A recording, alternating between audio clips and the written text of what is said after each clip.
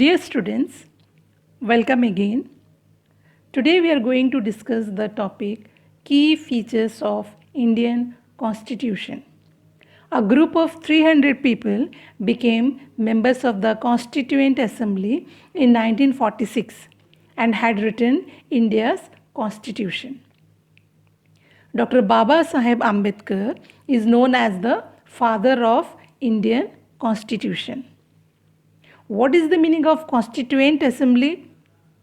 Constituent Assembly is a group of leaders and they had a huge task of framing the constitution of the country.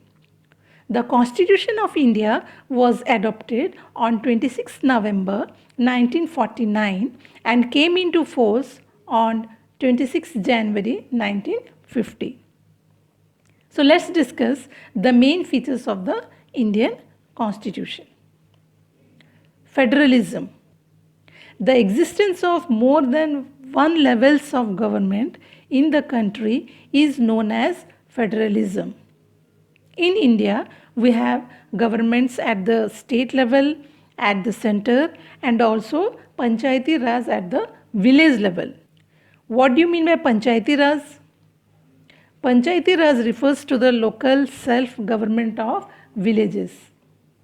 This system has three levels: Gram Panchayat at village level, Block Samiti or Panchayat Samiti at block level, and Jilla Parishad at district level. Parliamentary form of government. In our country, we are having a parliamentary form of government and not the presidential form of government as in United States. So, in parliamentary form of government, we are having universal adult suffrage.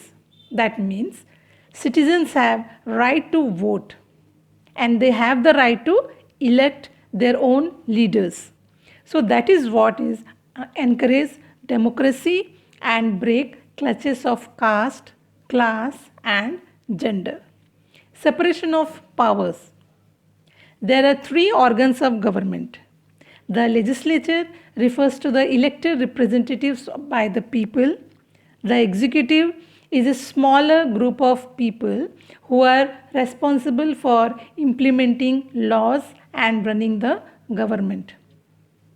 The judiciary refers to the system of court in India.